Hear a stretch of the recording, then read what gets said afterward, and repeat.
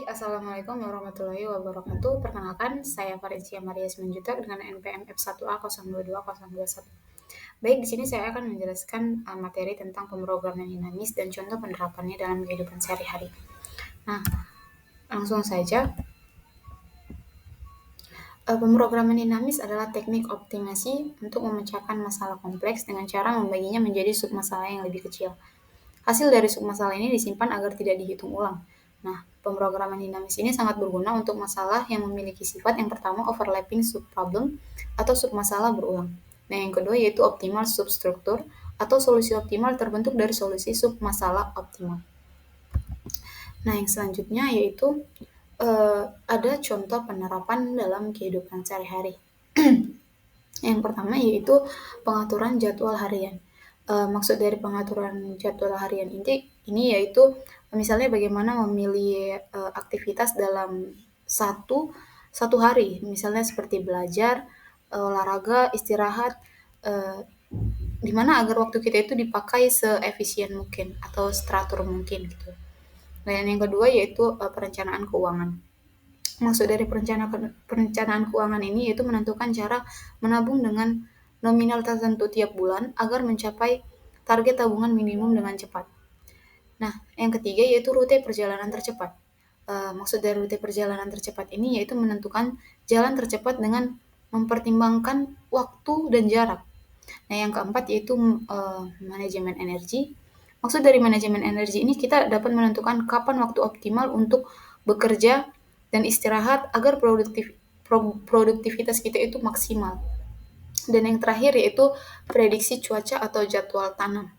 Maksud dari prediksi cuaca atau jadwal tanam ini misalnya pada petani. Petani bisa menggunakan pemrograman dinamis untuk menentukan jadwal tanam optimal mereka berdasarkan pada cuaca historis agar hasil panen mereka maksimal. Nah, di sini kita juga dapat melihat tujuan. Tujuan dari materi ini yaitu memahami konsep dasar pemrograman dinamis dan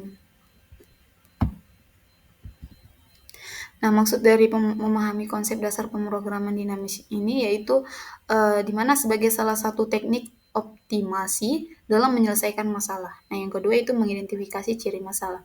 Maksud dari mengidentifikasi ciri masalah ini kita dapat menyelesaikan dengan pemrograman dinamis yaitu memiliki submasalah berulang dan optimal struktur. Nah, yang ketiga yaitu menerapkan metode pemrograman dinamis.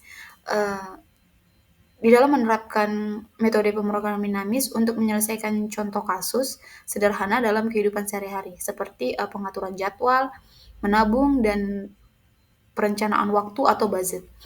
Nah, yang keempat yaitu menyusun langkah penyelesaian secara runtun. Mengenai definisi submasalah, rumus rekursif, tabel atau array pemrograman dinamis, hingga solusi akhir. Dan yang terakhir yaitu mengembangkan kemampuan analisis dan optimasi. Sehingga kita nanti dapat membuat keputusan lebih efisien dalam perencanaan kegiatan keuangan maupun permasalahan praktis lainnya. Nah, di sini kita dapat melihat contoh kasus.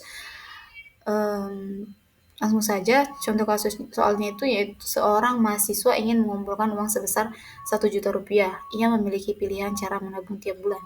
Nah, pilihan yang pertama yaitu 200 ribu rupiah, yang ketiga yaitu sebesar 300 ribu rupiah, dan yang terakhir yaitu 500 ribu rupiah.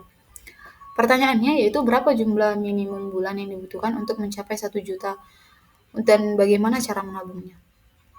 Nah, penyelesaiannya yaitu masalah ini mirip dengan metode coin change problem atau lebih tepatnya yaitu mengenai minimum coins. Nah, di soal diketahui targetnya itu target tabungannya itu yaitu sebesar 1 juta. Nah, pilihan tabungan itu kan ada 3. Yang pertama itu ada 200 ribu, yang kedua ada 300 ribu, dan yang terakhir yaitu 500 ribu.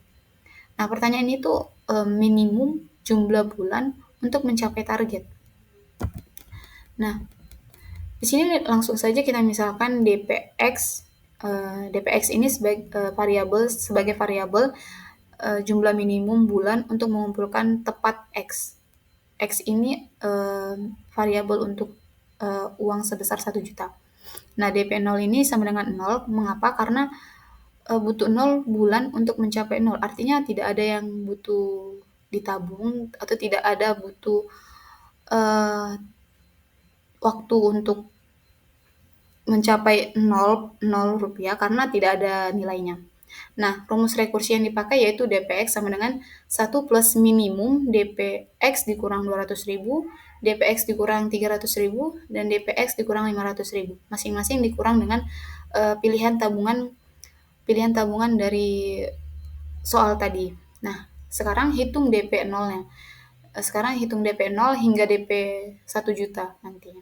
Yang pertama, DP 200.000 itu sama dengan 1. Kenapa 1? Karena dia langsung sekali nabung langsung 200.000 gitu. Jadi kalau misalnya dia sama dengan 2, berarti 200.000 itu untuk 2 kali nabung gitu. Jadi misalnya kalau sama dengan 2 ya berarti langsung 200.000 dalam 2 kali nabung. Begitu juga untuk yang 300.000 dan 500.000. Nah, lanjut ke target lebih tinggi. DP 1 juta itu bisa dicapai dengan sesuai rumus rekursi tadi, yaitu DP 1 juta dikurang 200.000 ditambah 1 sama dengan DP 800.000 ditambah 1. Kenapa ditambah 1? Karena ditambah 1 ini itu artinya ditambah penambahan untuk biaya bulan akhirnya, jadi akhir bulannya. Jadi kan pembayaran bulan awal dan bulan akhir. Jadi dia dicicil selama 2 kali gitu. Nah, itu untuk 1 juta dikurang 200.000. Begitu juga untuk yang 300 dan 500. Namun di yang DP 1 juta dikurang 500 itu kan nanti hasilnya sama dengan 2. Kenapa? Karena targetnya itu pas, dia 2 kali nabung dan mencapai target yaitu sebesar 1 juta. Sebenarnya sama dengan ini dua yang pilihan tabungan sebesar 200.000 dan 300.000. Cuma kayak untuk yang 200.000 dan 300.000 kan dia DP-nya jadi besar gitu, 800.000. Jadi misalnya 800.000 sekali pembayaran lagi 800.000, jadi 1.600.000. Sementara target yang mau kita capai kan 1 juta. Jadi kan jadi cara tercepat yaitu 2 bulan dengan menabung 500.000 dalam 2 kali. Nah, teman-teman tanpa pemrograman dinamis ya, mungkin kita bisa mencoba semua kombinasi. Misalnya 200k dikali 5 itu sama dengan 5 bulan, 300k dikali 4 sama dengan 4 bulan, dan 500k dikali 2 itu sama dengan 2 bulan. Nah, kenapa di sini yang 2 bulan optimal? Karena kan kita tadi diminta jumlah minimum bulan dalam pembayaran. Jadi yang dipakai yaitu yang 500k untuk 2 bulan. Dengan pemrograman dinamis, setiap kemungkinan jumlah tabungan disimpan dan dipakai kembali. Nah, kesimpulan yang dapat kita ambil yaitu pemrograman dinamis sangat membantu dalam masalah perencanaan keuangan. Nah, prinsip yang sama bisa diterapkan pada penghematan energi, alokasi anggaran, bahkan perencanaan kuliah dan kasus-kasus lainnya di dalam kehidupan sehari-hari. Baik, mungkin sekian pemaparan materi dari saya terkait pemrograman dinamis dan contoh penerapan dalam kehidupan sehari-hari. Sekian dari saya ucapkan terima kasih.